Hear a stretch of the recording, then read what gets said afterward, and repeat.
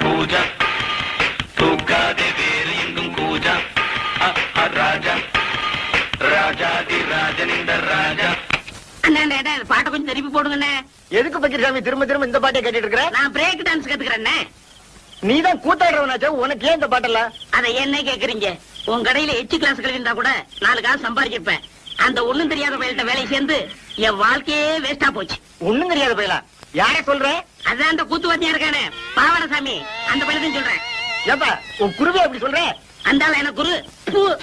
அவன் கூத்தெல்லாம் எவனே ரசிக்கிறான்.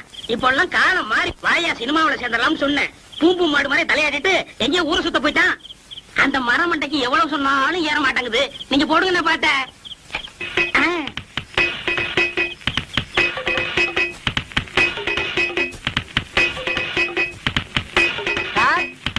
வாங்க குருவே.